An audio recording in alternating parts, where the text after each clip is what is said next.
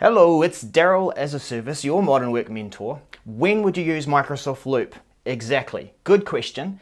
I'm not going to talk about scenarios. I'm more talking about whether you're going to use it now or later.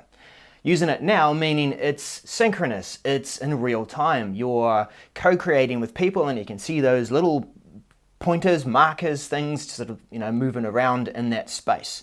And you're trying to come up with an idea at the same time as the person on the call with you or in the chat with you. And later, being that you are doing it in your own time. That means that you have received something that you want to work on, but you're going to put it off till a bit later and contribute it in your own time. So that is asynchronously, and that often is when you might be trying to organize and prioritize your day, or you might be working in a completely different time zone to your team. So let's look at the now scenario for example. We launched Microsoft Loop as a component within Microsoft Teams Chat to start with.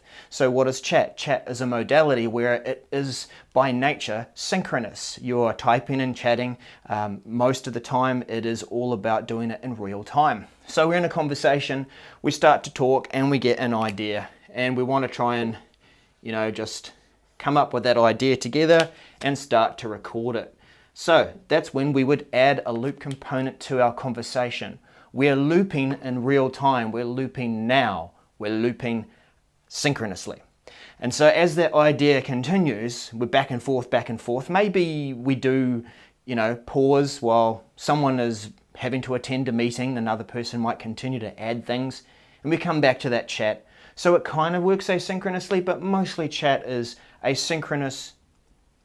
It is synchronously a real-time experience.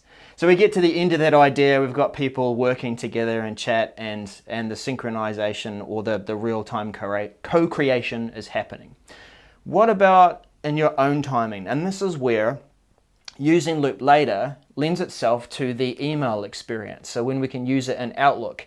And so we're in an email and we might want to add something to crowdsource for questions and answers. That's a good example. So let's insert a Loop component that is a Q&A, and that's a questions and answers component. And what that will do is it will allow you to send that email around to your team members, to select people, maybe even a distribution group, and you can ask people to contribute to the loop. You can imagine that scenario where it's also a table, a list of ideas, not just questions and answers, but people can respond in their own timing. And that's where email usually tends to be its usual modality, its usual pace, in your own time. Now I know, as we said in both scenarios, some people use Outlook and email as an instant messaging system. They send an email and they say, did you get it? Did you get it? They'll give you a call. Did you get that email? Why don't you use chat? And likewise, with chat, maybe you want to use it in your own timing as well. So the two modalities, using Loop now, using Loop later. When would you use Microsoft Loop? Either one. In fact, our last scenario is in a crossover situation. Maybe something starts in a chat and then it crosses over to in our own timing. So we take that component, let's just pull it through here into a crossover situation, and we'll insert the component link into an email, and now we can share it with a wider group of people. They can contribute in their own time. This rapid pace of innovation and coming up with ideas slows down naturally, and now we can reach out to a wider group of people in their own time when they can contribute. And they'll see the most recent content, up to date, always in sync.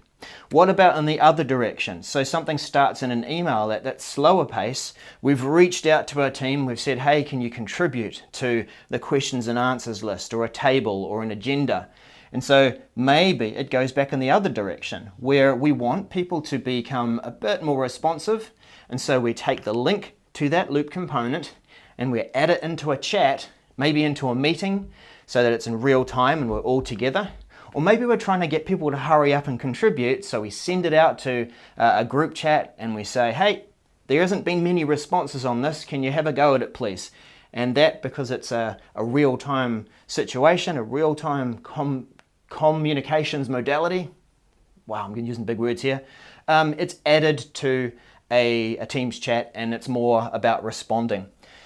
In both scenarios, what I really love about Loop components, wherever you are using them, in an email, in a chat, and other applications too, more coming soon, you see that live Loop experience, and when you see people in there, you feel connected.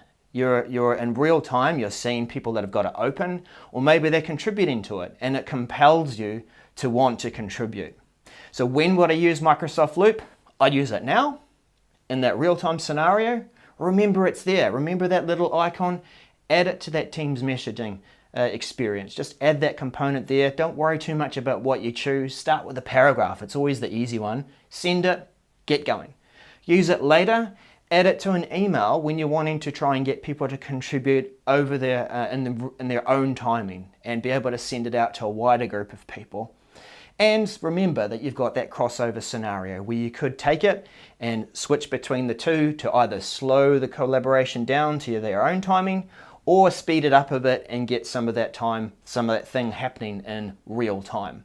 So that's Daryl as a Service at Modern Work Mentor.